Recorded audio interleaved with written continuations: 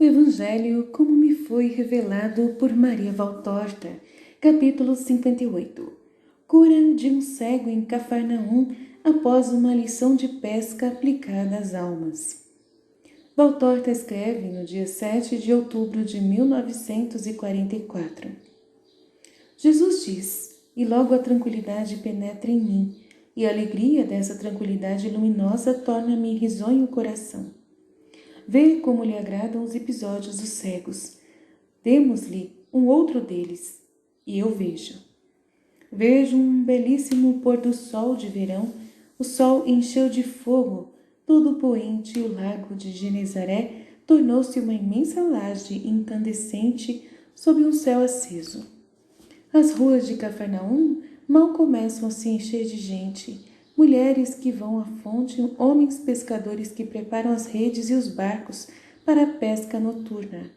Meninos que correm brincando, pequenos jumentos que vão indo para o campo com seus cabazes, talvez para trazerem verduras. Jesus aparece em uma porta que dá para o pequeno pátio sombreado por uma videira e uma figueira, além do qual há uma viela pedregosa que margeia o lago. Deve ser a casa de Pedro, ao invés, é a casa da sogra de Pedro, porque ele está com André à margem. Estão no barco preparando as cestas e as redes para os peixes, pondo em ordem os bancos e os rolos de cordas, tudo em suma, o que é necessário para a pesca. André o está ajudando, indo e vindo da casa ao barco. Jesus interpela o seu apóstolo. Vai ser boa a pesca? O tempo está favorável, a água está calma e a lua vai ser clara. Os peixes com certeza emergirão das profundezas e a minha rede os arrastará consigo. Iremos sozinhos? Ó mestre, como queres que façamos com este sistema de redes se ficarmos sozinhos? Eu nunca pesquei, espero que tu me ensines. Jesus vai descendo muito devagar em direção ao lago e para a margem da areia grossa e pedregosa junto ao barco. Vê, mestre, é assim que se faz. Eu saio do outro lado do barco de Tiago, filho de Zebedeu, e vamos assim, um ao lado do outro, até que o ponto bom para a pesca. Depois se desce a rede, nós costumamos segurar uma ponta. Tu a queres segurar? Me disseste isso. Sim, se me disseres o que devo fazer. Oh, basta tomar cuidado com a descida, que a rede vai descendo devagar e sem fazer nós. Devagar, porque estaremos em áreas de pesca e qualquer movimento muito brusco pode espantar os peixes. E sem nós, para que a rede não fique fechada, pois ela deve ir sendo aberta como uma bolsa ou como um véu, se te agrada assim, que vai sendo enchida pelo vento. Depois, quando a rede já foi toda descida, iremos remando devagar ou iremos com a vela, conforme for necessário, fazendo um semicírculo sobre o lago. Quando o vibrar da estaca de segurança nos disser que a pesca foi boa, dirigiremos o barco para a terra e lá perto da beira içaremos a rede. Não antes, para não nos arriscarmos a ver escapar as presas, nem depois, para não estragar os peixes nem as redes sobre as pedras. Neste ponto é preciso ter olhos atentos, porque os barcos devem estar muito próximos uns dos outros, para que um possa se recolher à ponta da rede dada pelo outro, mas sem se bater para não esmagar o saco cheio de peixes. Eu confio em ti, mestre, pois este é o nosso pão. Olhos na rede, para que não se arrebente com as sacudidas. Os peixes defendem a sua liberdade com fortes golpes de cauda, e se forem muitos, tu entendes, são pequenos animais, mas reunidos em 10, em 100, em 1000, tornam-se fortes como um leviatã. E como acontece com as culpas, Pedro. Sendo a primeira, ainda não é irreparável. Mas se alguém não toma cuidado, não limitando-se àquela, vai acumulando e acabará acontecendo com que aquela pequena culpa, talvez uma simples omissão, uma simples fraqueza, vai se tornando sempre maior. Basta ser um hábito e se transforma em um vício capital. Às vezes começa-se por um olhar concupiscente e se termina por um adultério consumado. Às vezes por uma falta de caridade de palavras contra um parente e acaba-se por uma violência contra o próximo. Ai de quem começa e deixa que as culpas aumentem de peso por seu número, tornam-se perigosas e prepotentes com uma própria serpente infernal e arrastam para o abismo da hiena. Falas bem, mestre, mas somos tão fracos. Advertência e oração para ser fortes e obter ajuda e uma firme vontade de não pecar. Depois, uma grande confiança na amorosa justiça do Pai. Tu dizes que ele não será mais severo com o pobre Simão? Com o velho Simão, ele até podia ser severo, mas com o meu Pedro, o homem novo, o homem do seu Cristo, não, Pedro. Ele te ama e te amará. E eu? Também tu, André, e contigo João e Tiago, Felipe e Natanael, vós sois os meus primeiros eleitos. Virão outros? Tenho teu primo e na Judéia. Oh, muitos! O meu reino está aberto a todo o gênero humano, e em verdade eu te digo que mais abundante do que mais abundante as tuas pescas será a minha nas noites dos séculos, porque cada século é uma noite, na qual é guia e luz, não a pura luz do Orion ou aquela da navegante lua, mas a palavra de Cristo e a graça que dele virá, noite que conhecerá a aurora de um dia sem fim, de uma luz na qual todos os fiéis irão viver, de um sol que revestirá os eleitos e os fará belos e eternos, felizes como uns deuses, deuses menores, filhos de Deus Pai semelhantes a mim. Por enquanto, não podeis compreender, mas em verdade eu vos digo que a vossa vida cristã vos concederá semelhança com o vosso Mestre, e resplandecereis no céu pelos próprios sinais dele. Pois bem, eu terei, não obstante a inveja de Satanás e a vontade fraca do homem, uma pesca mais abundante do que a tua.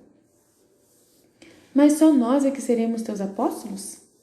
Ciumento, Pedro? Não, não o sejas.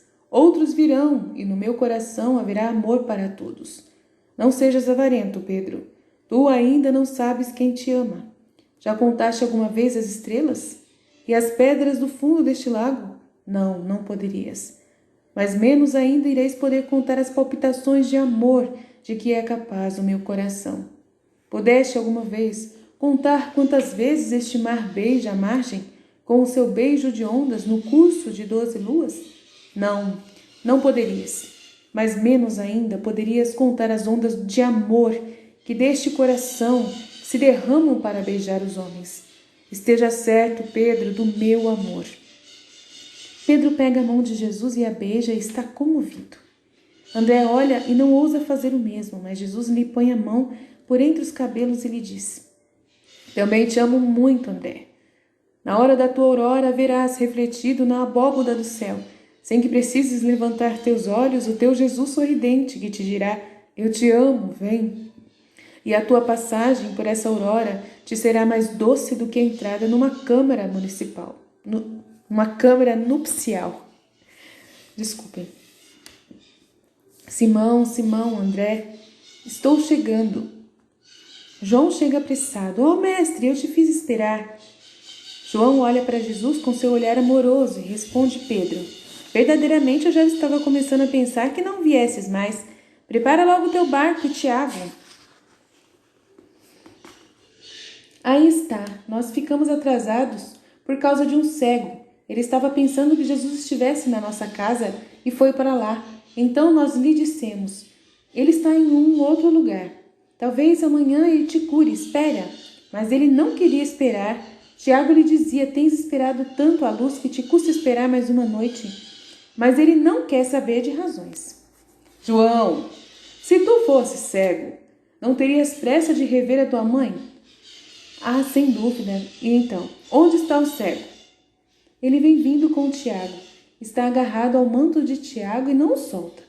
Mas vem vindo devagar porque a margem é pedregosa e ele tropeça. Mestre, me perdoas por ter sido duro? Sim, mas para compensar você vai lá ajudar o cego e o traz a mim. João vai correndo. Pedro sacode um pouco a cabeça, mas se cala. Olha para o céu que começa a ficar azul depois de ter estado tanto tempo cor de cobre. Olha para o lago, olha para os outros barcos que já saíram para a pesca e suspira.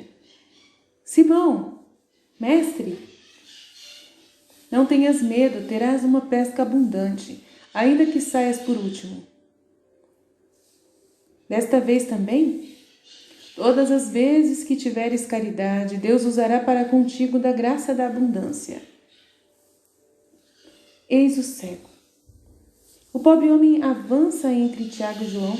Ele tem nas mãos um bastão, mas não está servindo-se dele agora, pois acha mais seguro confiar nos dois. Pronto, homem, o mestre está na tua frente. O cego se ajoelha. Meu Senhor, piedade. Queres ver? Levanta-te. Desde quando é cego? Os 4 apóstolos se agrupam ao redor dos dois. Faz 7 anos, Senhor. Antes eu via bem e trabalhava. Eu era ferreiro em Cesareia Marítima e ganhava bem. O porto, muitos negócios sempre precisavam de mim para os trabalhos, mas ao bater um ferro de âncora, podes fazer ideia de como devia estar vermelho para se tornar macio ao golpe. Soltou-se então um estilaço incandescente e me queimou um olho. Eu já estava com os 2 doentes por causa do calor da forja. Perdi o olho que foi atingido e o outro se foi também, 3 meses depois. Acabei com minhas economias e agora vivo de caridade. É sozinho? Tenho esposa e 3 filhos pequenos, de um deles eu nem sei como é o rosto. E tenho minha mãe já idosa, contudo, agora ela é minha mulher que ganha um pouco de pão. Com isto e com a esmola que eu ajunto, não se morre de fome. Se me curasses, eu voltaria ao trabalho. Não desejo senão trabalhar como um bom israelita e dar um pão àqueles que eu amo. E vieste a mim? Quem foi que te contou? Um leproso que tu curaste aos pés do Monte Tabor, quando ias de volta para o lago, depois daquele tão belo discurso. Que foi que ele te disse? Que tu podes tudo, que és a saúde dos corpos e das almas, que és a luz para as almas e para os corpos, porque és a luz de Deus. Porque o leproso havia ousado misturar-se com a multidão, correndo o risco de ser apedrejado, todo envolvido no manto, porque ele te havia visto passar dirigindo-se para o monte. O teu rosto tinha colocado em seu coração uma esperança. Ele me disse, eu vi naquele rosto qualquer coisa que me disse, ali está a saúde, vai. E eu fui. E assim me repetiu o teu discurso, dizendo-me que tu o curaste, tocando-o com tua mão sem repugnância. Ele estava voltando do sacerdote depois da purificação. Eu o conhecia, porque eu já tinha trabalhado para ele. Quando ele tinha uma loja em Cesareia, eu vim perguntando por ti, pelas cidades e povoados, e agora te achei. Tem piedade de mim, mestre. Vem, é bem viva ainda a luz para alguém que vem da escuridão. Vais curar-me então? Jesus o guia em direção à casa da sogra de Pedro, a pouca luz que ainda há no pequeno pomar, e o põe à sua frente, mas de tal modo que os olhos, ao ficarem curados, não fossem ter como primeira visão o lago, ainda todo cheio de reflexos de luz. O homem parece um menino muito dócil, deixa Jesus fazer como quer, sem lhe perguntar o porquê. Pai, a tua luz é este filho. Jesus estende as mãos sobre a cabeça do homem que está de joelhos. Ele fica assim por um instante, depois Jesus molha as pontas dos dedos na saliva e com a direita toca-as, leve sobre os olhos abertos, mas sem vida. Um instante em seguida, o homem move as pálpebras e as esfrega, como quem sai de um sono, mas está ainda com uma névoa nos olhos. Que estás vendo? Oh, Deus eterno! Parece-me, eu estou vendo a tua veste, é vermelha, não é? E uma mão branca, e uma cinta de lã. Oh, bom Jesus, estou vendo cada vez melhor. Vou me acostumando a ver. Ali está a erva do chão, aquilo certamente é um poço. E ali está a videira. Levanta-te, amigo. O homem que chora e ri ao mesmo tempo se levanta e depois de um instante de luta entre o respeito e o desejo, ergue o rosto e encontra o olhar de Jesus. Um Jesus sorridente, cheio de piedade e de amor. Deve ser muito belo recuperar a vista e ver como o primeiro sol aquele rosto. O homem dá um grito e estende os braços. É um ato instintivo, mas ele se refreia. Mas é Jesus quem lhe abre os braços e atrai para si o homem e é muito mais baixo do que ele. Agora vai para a tua casa, ser feliz e justo. Vai com a minha paz.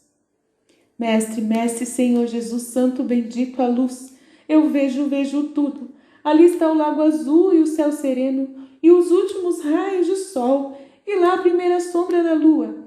Mas o azul mais belo e sereno eu vejo nos teus olhos, e em ti vejo a beleza do sol mais verdadeiro, e resplandecer a pureza da mais santa lua.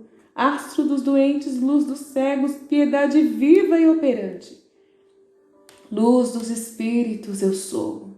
Sê tu um filho da luz. Sempre, Jesus, a cada batida da minha pálpebra sob a pupila renascida eu renovarei este juramento. Sê bendito tu e o Altíssimo. Bendito seja o Altíssimo Pai. Vai. E o homem vai feliz, andando com passos firmes, enquanto Jesus e os pasmados apóstolos descem em 2 barcos e começam a manobra da navegação. E a visão termina. Fiat.